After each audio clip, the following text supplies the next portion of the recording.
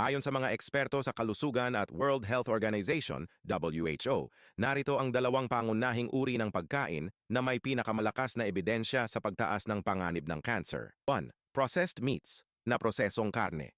Itinuturing itong Group 1 carcinogen na nangangahulugang may matibay na siyentipikong basehan na nagdudulot ito ng cancer sa tao. Ang mga pagkaing ito ay dumaan sa proseso ng pagsasalata, pag-aasin, o paglalagay ng mga chemical na preservatives tulad ng nitrites. Halimbawa, hotdog, ham, bacon, tocino, longganisa, salami, at corned beef. Panganib. Malakas ang ugnayan nito sa colorectal cancer at stomach cancer. 2. Red meat, pulang karne. Ikinategorya ito bilang Group 2A carcinogen o malamang na nagdudulot ng cancer, probably carcinogenic. Naglalaman ito ng hemi-iron na maaaring makapinsala sa lining ng bituka. Halimbawa, karne ng baka, baboy, tupa, lamb, at venison.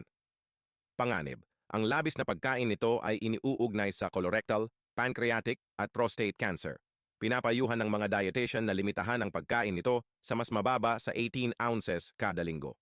Bukod sa dalawang ito, ang madalas na pag-inom ng alak ay isa rin sa mga pangunahing sanhi ng iba't ibang uri ng cancer gaya ng saatay, suso, at lalamunan.